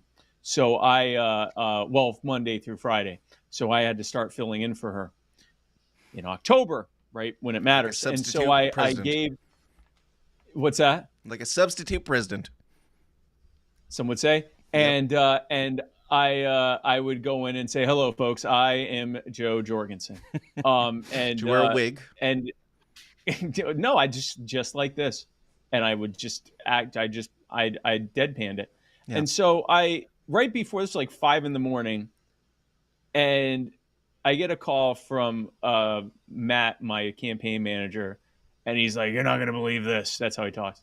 And I went, I'm sure I won't. What happened? And he goes, "Guess who Joe named on her Supreme Court shortlist?" And I wanted to say, why does she have one? But anyway, she cares. Who wanted this? Who asked for this? What? Nobody asked for it. You're running for president. I get, you say, okay, if I were to get elected, but this was on you. Okay, fair enough. It wasn't the press. It wasn't like a Aleppo gotcha moment from the press. She put this out on her own when nobody asked for it. She wasn't like, no one asked. It wasn't a gotcha moment. This was her own volition. I just wanted to make that clear. And so he says, thank you. And he says, Alan Dershowitz. And I didn't know the Epstein thing yet. I guess that had just dropped or whatever. I only knew about like his years of defending waterboarding and torture and neoconservatism. And I'm like, Alan Dershowitz. And he's like, yeah, and he's an Epstein friend. And I'm like, what? And I had made a promise during the campaign that I would never trash or badmouth Joe, which I was fine. I had no desire to do that. And for the most part, the policies that were written on the campaign website, I'm like, yeah, no, I can defend that. Like that's basically libertarian standard fare. There was nothing on there about, having to become an active communist or whatever, and or anti-racist. And that comes later. And so I was like, well, I can't defend this. And just as quickly, I think that same day, he's like, oh, she removed it from the list. And I'm like, well, that's good. So the way I would spin it when people would ask me about it, I'd say, listen, how often do you have someone running really bad for office? Typo. Yeah. Alan what she meant you can't spell Dershowitz intentionally, let alone accidentally, but yeah, much less accidentally. No, what she meant the ghost of Milton Friedman is what she meant. And she was thinking, elderly looking Jew, and she mistakenly said Alan Dershowitz. As one common does. mistake. Yes. No, I the way I spun it was I was like, listen, how often do you have someone running for office and they hear overwhelmingly from the public that they disagree with something, and so they immediately back off and correct it. And I'm like, and that's a good thing she did, because that was a horrific pick. And I said it was a horrific pick. Like I wasn't going to try to pretend it wasn't. That was like, so my wife Tasha, who is not as like terminally online politically as the three of us are. She's like, Bless her. she's like, "Oh, I think I've heard that name, but like, why is that such a thing? Why are people so angry about it?" And I'm like, so imagine if she had picked, and all I could come up with was Alan Dershowitz. Like it was like, who do I compare like, Alan imagine if she Dershowitz had to? picked- And I'm thinking, because it's not, you go like Hitler or something like that. Like you don't want to go with something cartoonishly, Right. whatever. But I'm trying to pick like someone that you would still kind of pick, but why would you ever pick? And literally the worst thing, nothing I could come up with was as bad as Alan Dershowitz, except was for like Alan as Dershowitz. bad or like as bad, but not over the line of Alan Dershowitz. Alan Dershowitz is a very niche market. He's a very specific category that one would have to, have a very specific reason to pick them to be a Supreme Court justice, and I still am waiting for that explanation. Oh, I can give you the explanation. So she knew he the did free get Jeffrey stuff. Epstein off, so he must be good at his job. Oh gosh. So he had done apparently a lot of free speech defense stuff back when he was a professor at Harvard or something in the 80s. Like it's something that happened when we were all children that she was like, yeah. And so Alan Dershowitz, Stuck it's like, with wow, me. I wonder if he's done anything in the last 40 years. No need to look into that. Yeah, probably not. Too good to check. Some things have transpired. That's what I say about Alan Dershowitz. Too good to check. As I call Should we him, check into it? Alan, No need. too good to No check Dershowitz. Foolproof. Foolproof. No need. No need. All reliable Dershowitz. Speaking of people who have no need to, be vetted or check their backgrounds or anything, back to Jeffrey Epstein's friend list. Moving on to page 2, which has Bran Farron, Henry Jarecki, Nick Leese, Peter Mandelson, George Mitch. Okay, Donald Trump. Oh my gosh! Can you imagine being named George Mitchell now? It's got to be like 10,000 George Mitchells. Yeah. Or Joe Pagano, there's a lot of those too. Or There's gotta be at Alberto least Pinto. 300 of them. Yeah. Yeah. So Donald Trump is on the very short list of friends at the beginning of the scrapbook that Ghislaine Maxwell made for Donald Trump. And this is before we've even really brought up the actual note that Donald Trump wrote or allegedly wrote. We're being told that this isn't real. This is all a hoax. The GOP and the MAGA crowd, God bless them. I was one of Spike. Do you mind saying, did you vote for Donald Trump this last go around, as me and Dave did, or no? Okay. No. Did you vote for Chase or we don't have to be it doesn't have to be a discussion on that, but yeah, I didn't vote. Okay, got it. So, me and Dave voted for Donald Trump, and this has been kind of an extreme breaking point. There's a lot of stuff I voted for Donald Trump because, I voted for Donald Trump because... Too good to vet, I call it. I call it too good. If there's two people that I say I don't even need to check, it's Alan Dershowitz and Donald Trump. Donald, too good to vet Trump. That's what the J stands for. Now, that is what the J stands for. The J in Donald J. Trump is for good pick, guys. That's right. Nailed it. This is from Rolling Stone. It says Trump insisted the note didn't exist, calling it a fake thing. Well, the note does exist according to them. Here is the note. Let's see if we can. I'll try and read it. You can look it up on your own if you don't believe me. This is what it seems to say. There must be more to life than having everything. Donald. Okay, I can't actually read this copy. That is very. Isn't this like a script to a story or something like that? I don't know. If you guys know more on this, feel free. It's like Trump is saying one part and Epstein saying the other part or something like that. I haven't read it, but my understanding is it's like.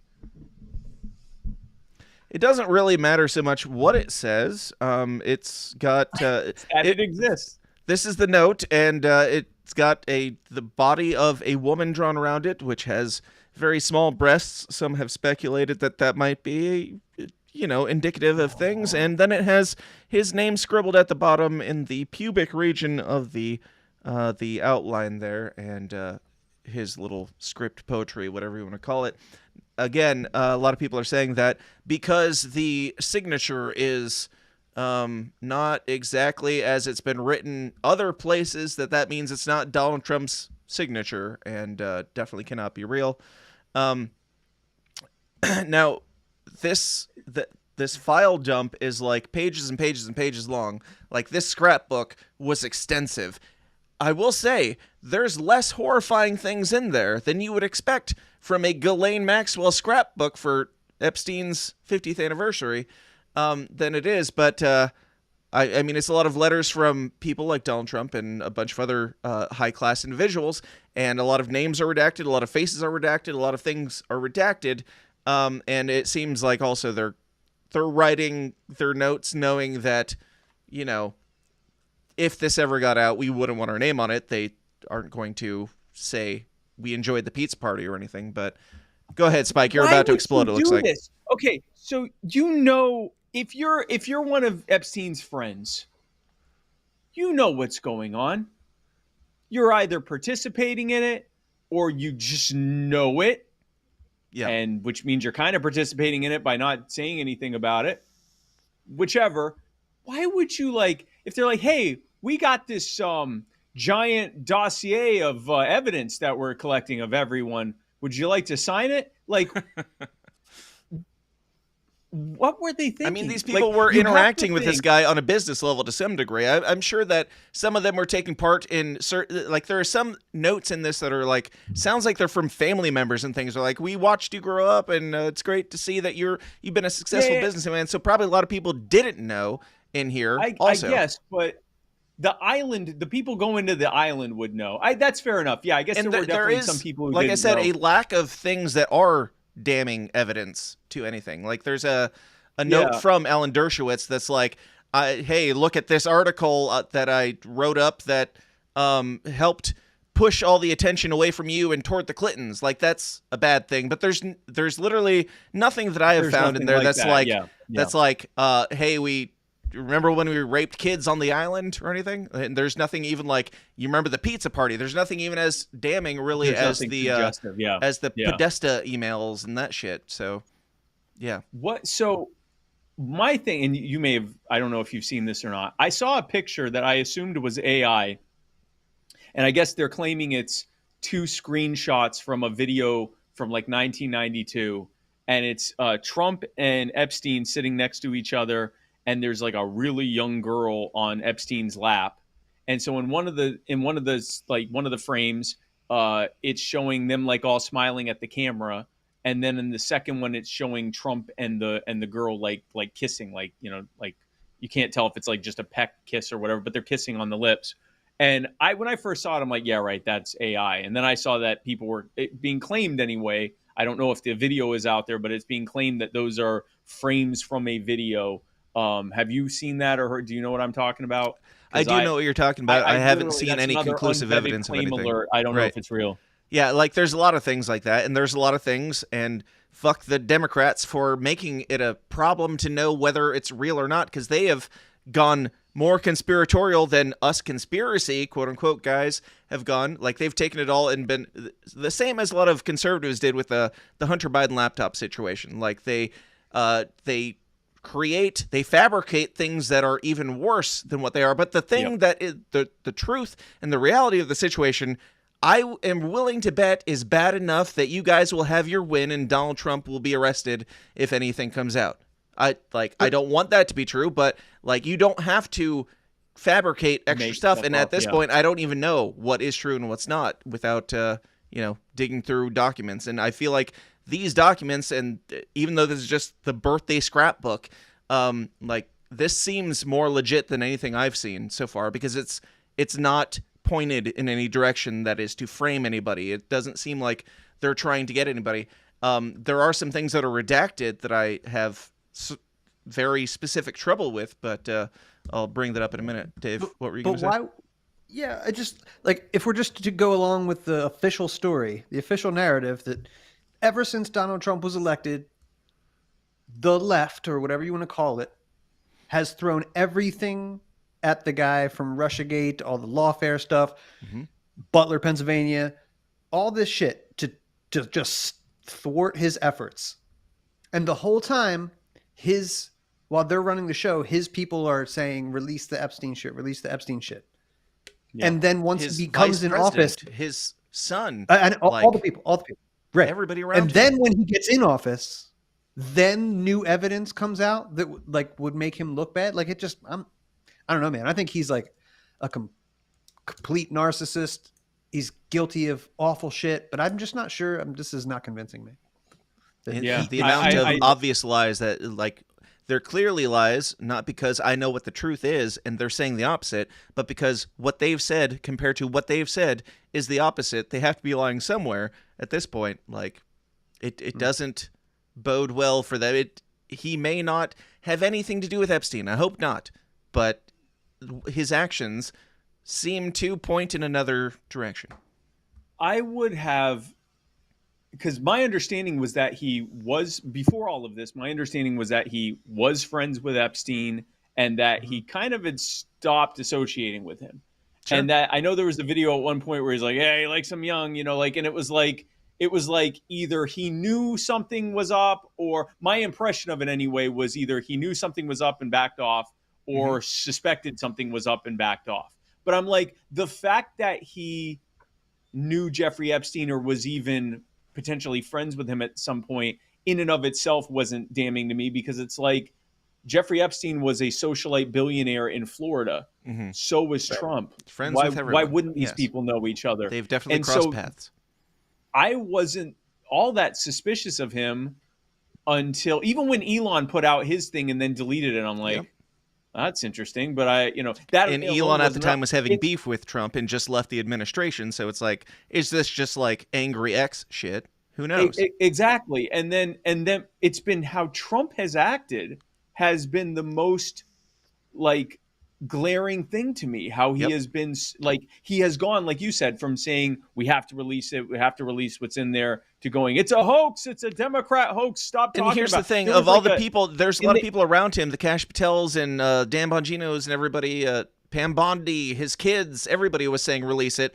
Donald Trump, when specifically asked about it before he got elected, said he was saying, yes, we're definitely going to release the JFK files, we're going to release the MLK files, we're going to release this and that. And then when asked about Epstein, he got a little bit more like, well, we're going to look into that, and I think we're going to do that, but there might be some people implicated in there that are innocent people and blah, blah, blah. Like, he got a little bit more squirrely on it, so it's like, he's never had, as much as I want to say, I voted for him because I thought that he might be the best chance to release the Epstein files. He never explicitly said that on his own, as far as I know. He got a little squirrely on it. No, but it was a greater shot. And all the people around him were saying yes. Yeah. Right. So if he was implicated in there, and he knew that he was, but all the people around him, including his kids, including his vice president and everybody, didn't know, and they're saying, yes, release it, and then he's like, yeah, maybe release it, and then he gets in, and then all of a sudden everybody's like, this is a hoax. He said it's a hoax, so it's a hoax. It's like, but he doesn't have to be on the Epstein list to be blackmailed. Like, that can be separate. Right? Like, he could have been a scumbag all through the 70s and 80s and probably done some like borderline shit, but that doesn't mean he's a pedo. Doesn't mean he went to Epstein Island. But they could still have all kinds of shit on him, his daughter, the family. But he was schooled by Roy Cohen. That guy knew all about how blackmail was currency. Yeah. And, the J. Edgar Hoover method of things. So I think he would just be aware of those kinds of things. So is your theory that there's other things they have on him and that's why he's being so defensive about, like, he knows if the Epstein files get released and certain people are implicated, that then either his way. stuff comes out? Or... If I had to guess, I think that he is protecting his family. That's what I think, that they've probably threatened death on, I just think that that's how, when you get to that spot, you do what you're told. I mean, Elon went on Rogan and was like, when he was getting started with Doge, and was like, I think if I like tell the whole truth, they'll probably like try and kill me. Like, you're the richest man in the world in the White House, and you said, like, who are you talking about? Yeah, and I know there's the old. I've heard it more than a few times. Spike, so I don't know. Former Jew. Who's he talking about? Go ahead. Wow. Still can't say. It's a big Democrat hoax, is all I can tell you. And I wish we'd stop talking about it. Anyway, I remember hearing all the time, like, and I heard it from a lot of people, so I don't know if it was like something a famous person said or what, but I would always hear, like, first thing that happens when you get elected president is they bring you to the White House and they show you all these angles of JFK getting shot that no one's ever seen. And they say, if you don't want that happening to you, then, you'll do the right thing or whatever. And I remember the first couple times I heard it, I'm like, that's funny. But then I kept hearing it. So I assume it was like in a show or a movie or some famous person said it or whatever. But I wonder if there's something like that. You get elected and they're like, hey, by the way, if you ever actually do X, Y, or Z, you're gone. Yeah. But then why would you say you're going to do it? Like, okay, he was already in the White House for 4 years. So no doubt he got the, hey, if you don't let us do X, Y, and Z, then, you're dead or whatever. Which means if he already got the speech, which means if he got the speech, then that makes the entire latest election campaign complete and utter gaslighting and bullshit. If he already got the speech. He is a WWE Hall of Famer. Amazing. Don't ever forget that.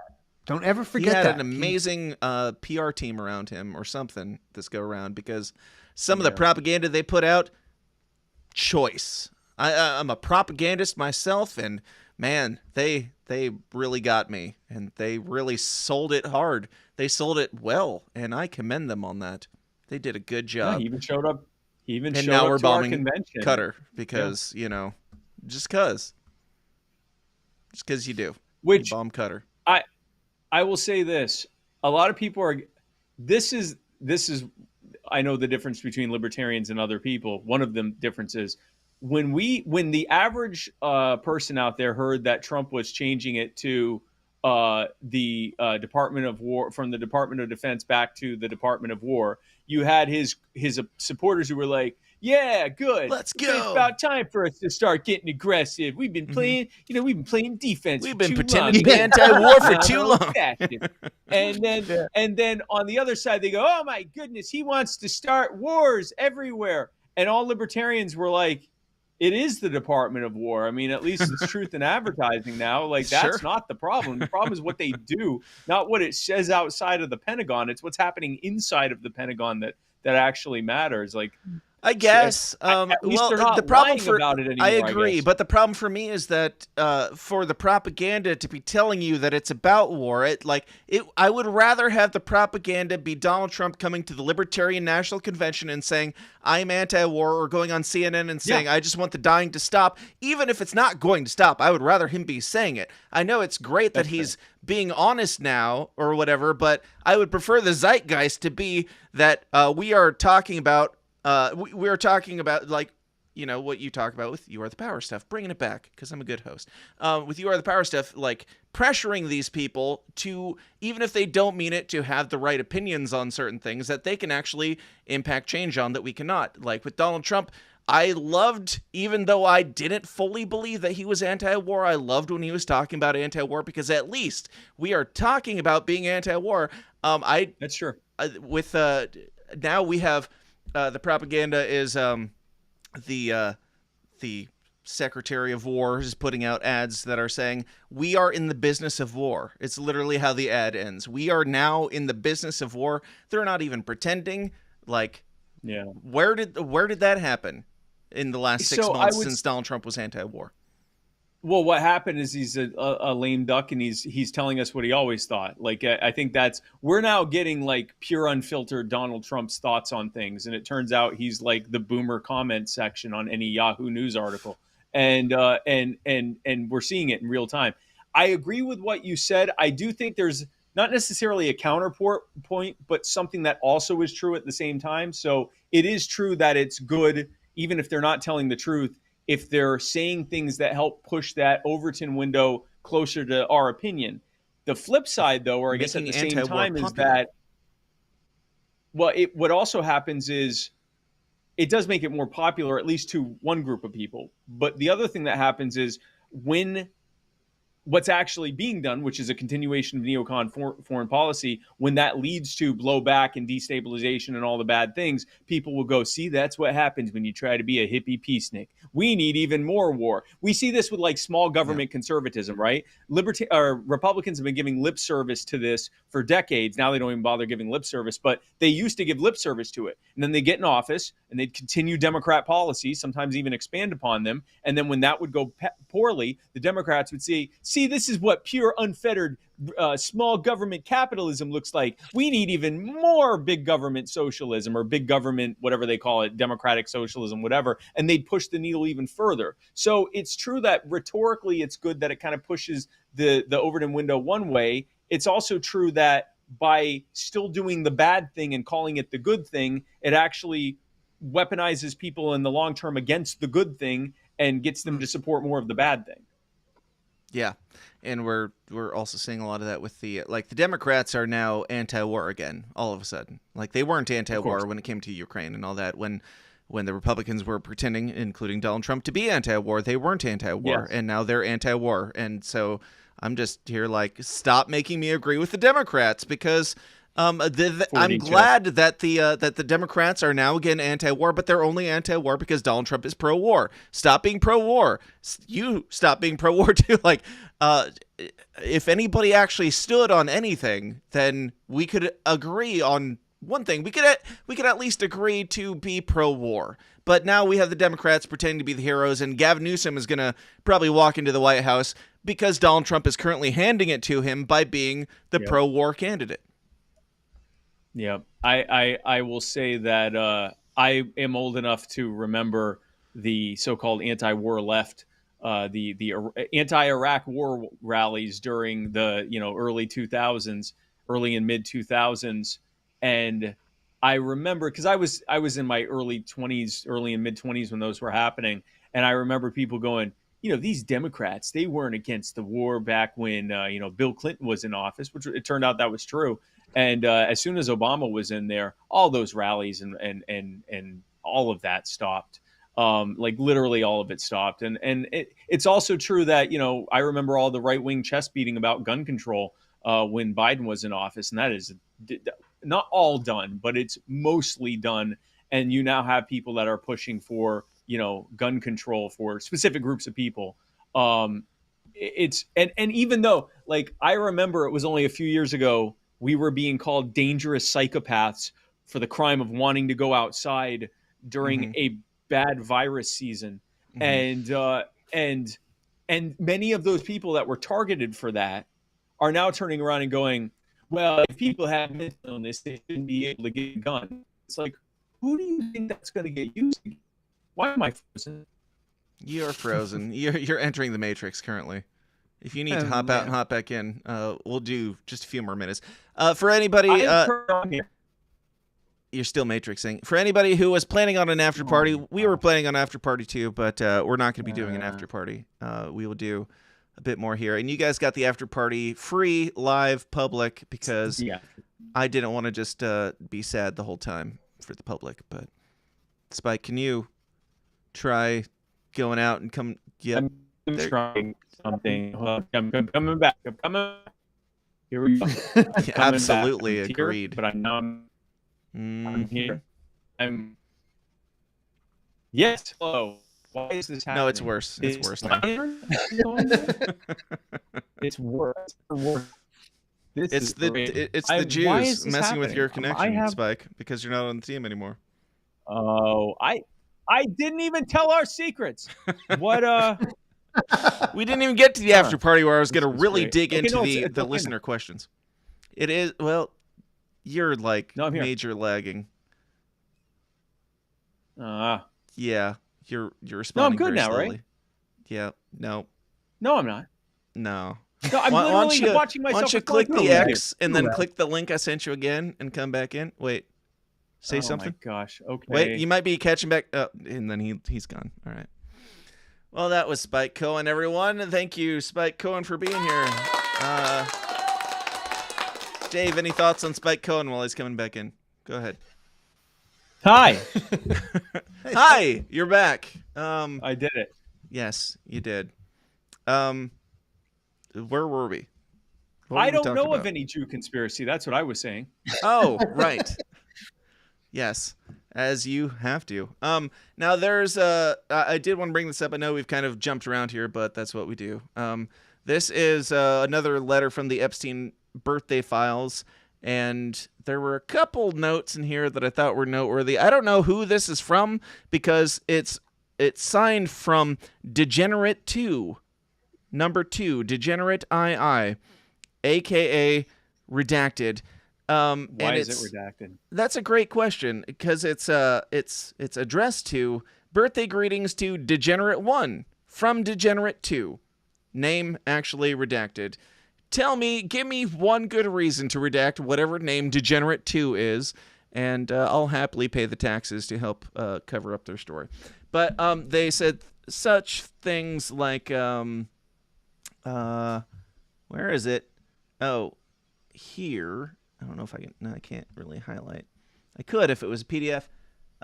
Though we vampires are supposed to age slowly.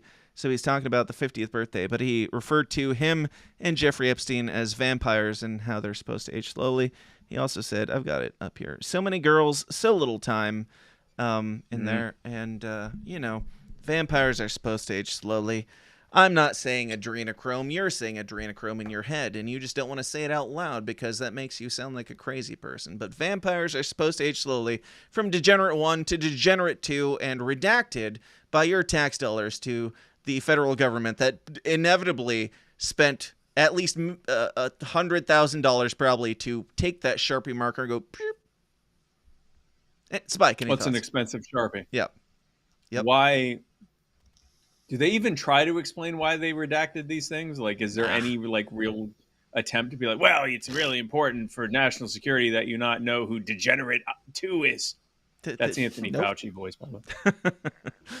We all know that he runs the Epstein files behind the scenes. Yeah. Dave, any thoughts? What's incredible is that you will have one group of people that's only mad because it might implicate Trump, and then another group of people that doesn't care anymore only because it might implicate Trump. Yeah. And it's this should not be partisan. This should not be political. If there's a potential global ring of powerful pedophiles that are all in this mutually assured destruction honeypot, we should all know that. Yeah. I would love for Trump to not be in it. And if no Trump is longer- in it, no then I longer- would like to know. It's not Alex Jones shit anymore. It's on mainstream news. Everybody is privy to the information, and people have decided to compartmentalize it for their political preferences. Spike, dead on, bro. And it's only a certain group of people, though, because there's the Thomas Masseys of the world that are actually being real humans and seeing something that's a clear and flagrant They lie. get 1% in elections. A That's who those satanic, people evil, are. 1%. inverted truth, inversion of truth lie being told to their face. They know it, but they choose because their daddy said, hey, we're not doing that. That's crazy. Don't look there. Trust the science. Trust the experts. We know what's going on here. Don't do your own research. And we got this covered.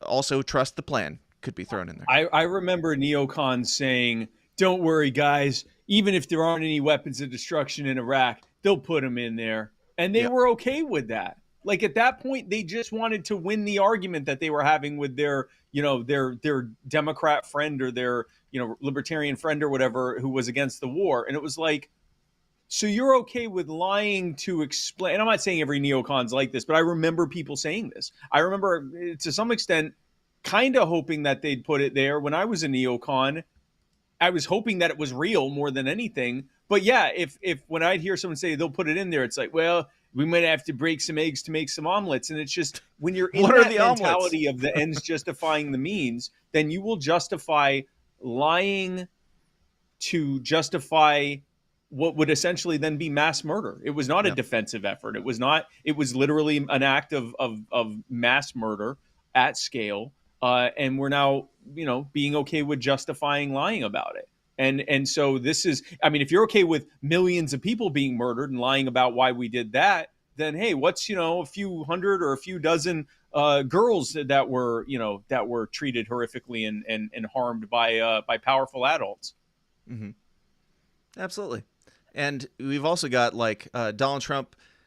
Like all the Donald Trump supporters, the MAGA crowd were very anti people like Bill Gates, Mark Zuckerberg in the past. These people that have recently met with Donald Trump at the White House. He's having them out to lunch to share all their grievances. Here is, we'll end on this. This is, I would love to believe that Donald Trump is not in the files. I would love for Donald Trump to not be in the files. I have nothing against Donald Trump. I voted for Donald Trump. I want him to do good. I want Donald Trump to not suck. If Donald Trump is sucking, that's not my fault. And if I address it, that's not my fault either. It's just acknowledging. Yeah, don't shoot the messenger. Exactly. It's just acknowledging what is true. And speaking of what is true, here is what's true. Donald Trump's good friend Bill Gates came to the White House and had these statements to say. Well, I just wanted to apologize for every single fucking version of Windows that sucked, which is basically all of them. Also, sorry for creating viruses just so I could profit from selling you the antivirus software. And on that note, sorry for spreading real viruses by profiting from vaccines and shit. Also, sorry for sterilizing so many of you. There's just too many of us, and some of you are not nice. That's why I'm trying to block out the sun. Anyway, I just came here to ask for a pardon from all the Epstein shit. Thank you. So bringing it full circle, I guess what I'm trying to say is Bill Gates is making a good, strong case. He's making some strong apologies for all of his nefarious deeds. And MAGA is right for coming around on the Epstein stuff is definitely a hoax. The Bill Gates is blocking out the sun, but it's for a good reason. It's for diversity and populating the earth and whatnot. And Fauci is next on the list. And I want any of you guys' thoughts on any of these new developments. On specifically that, yeah. No, I'm glad to see that MAGA has finally embraced Bill Gates again. I think it's good.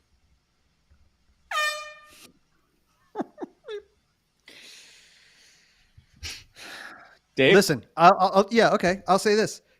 The murder cult is in full effect. They have been going due north since at least, they kicked off the war on terror. Never even deterred, right? Yeah.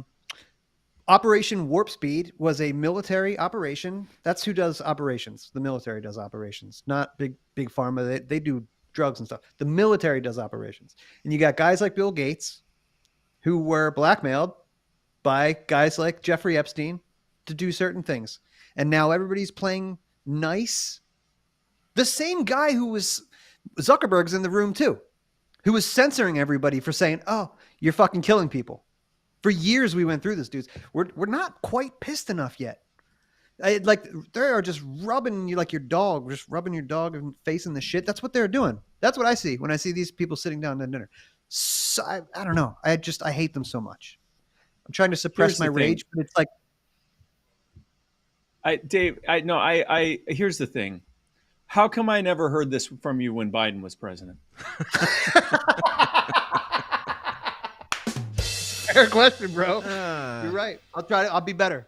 That is the question that we're all asking about literally everything at this point. And the right is using all the same tactics that the left did 6 months ago on all the exact same issues that the left was using them on. Why weren't you talking about this before? Well, I was. Yeah. Why weren't you talking about it before? And why aren't you talking about it now? And why are you not only not talking about it, but the only talk you're doing for it is running cover for it? When if it were Biden, if the roles were reversed and Biden's name was on the 12-name short list of friends in Jeffrey Epstein's scrapbook that was given to him by Ghislaine Maxwell on his 50th birthday, you would be losing your shit right now. And I would be too, in the exact same way that I'm doing for Donald Trump. You're just in a fucking cult, and it's your guy who's implicated currently. I'm sorry that it is. I'm sorry that I voted for him and you voted for him, and I'm sorry that he duped us all. I would love to be wrong. Please prove me wrong, Donald Trump and anybody else.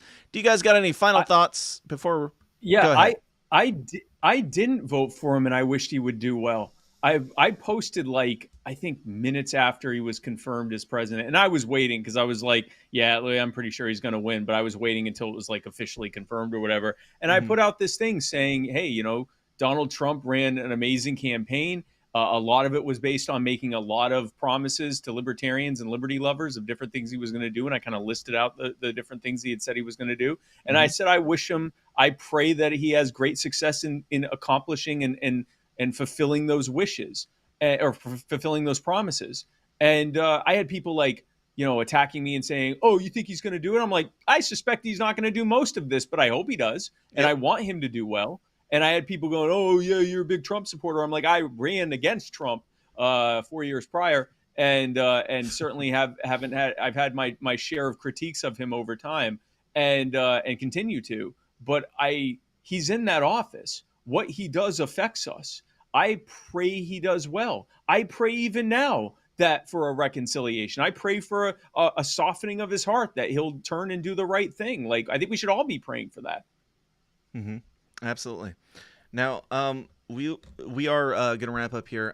Dave, give your final thoughts and your plugs, and then Spike, we can come back to you for your plugs and maybe one or two more questions about. Never mind. Go ahead, Dave. Yeah, man, it was a rough day today, and I think that we probably have a rough road ahead. Like, let me just say that. Like, I don't like watching, society on this downward spiral. I just don't like. I don't like to see the loss of discourse. I don't like that this guy who went out and his main thing was like having discussions with people who disagree with him gets killed. There should be more of that, and I don't want to see.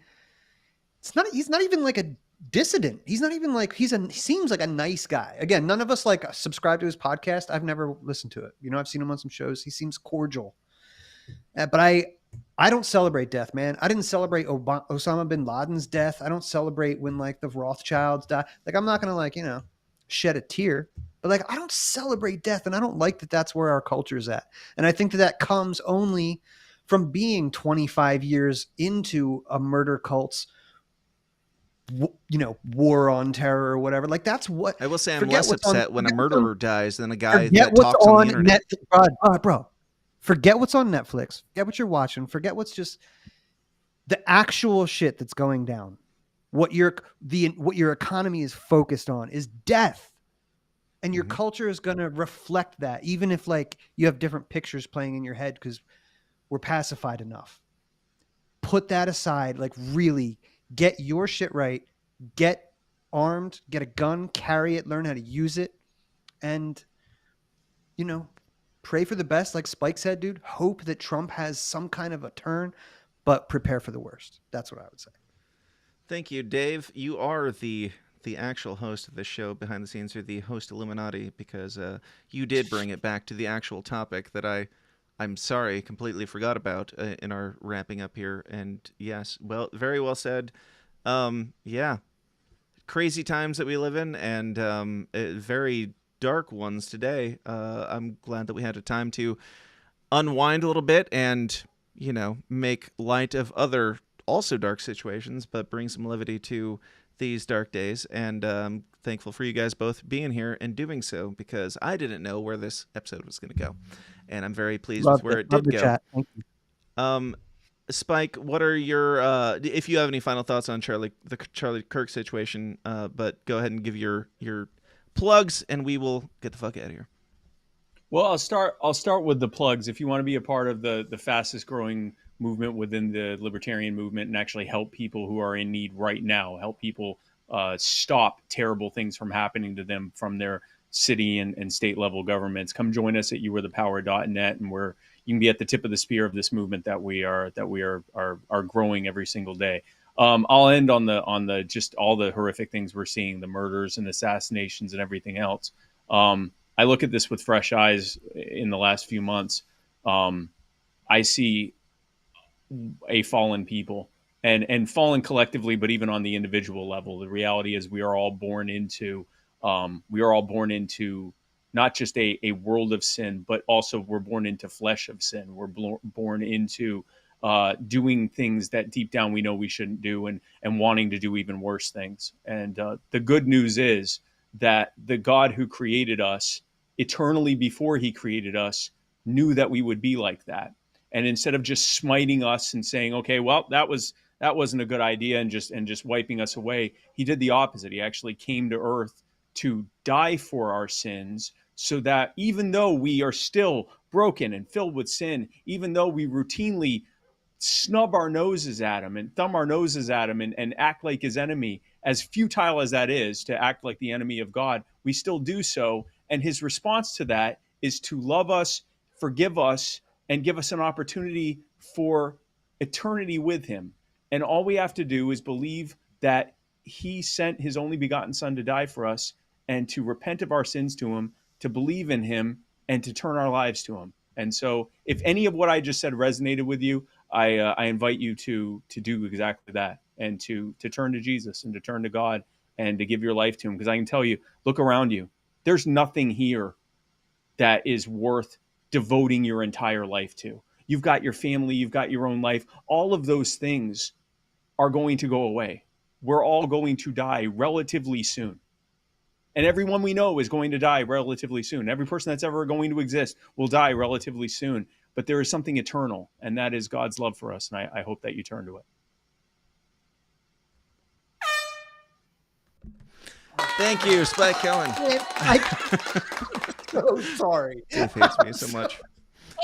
Amen, Brother Spike. I appreciate it very much. No, I really do, and you know that I do. And I love your dark humor, and that's why we get along well. Thank you for being here on this dark day and sharing in the dark day with us and bring some levity to it. I really appreciate you, man. Keep up the great work that you're doing, and thank you for being here. Dave, thank you for being here. You can follow Dave at Dave vs. Goliath 1 on Twitter, at Dissident Media for both of us, at Real Spike Cohen on Twitter, or at TSIDpod for me, or thesystemsdown.tv, or wherever the System is Downs are sold. Thank you all for hanging out. We'll see where this goes, and again, we will keep you updated to the best of our abilities on it as things unfold. But yeah, I hope you guys this brought a little bit of something to your day, and keep your head up, and yeah, keep your eyes open, and crowds of no gun zones and whatnot. No. Bye, guys. Question everything. Stay comfortable. See you next time. Thanks for watching. Smash all the like and subscribe buttons, because that's what we say at the end of videos. Good night, everybody. This concludes our broadcast day.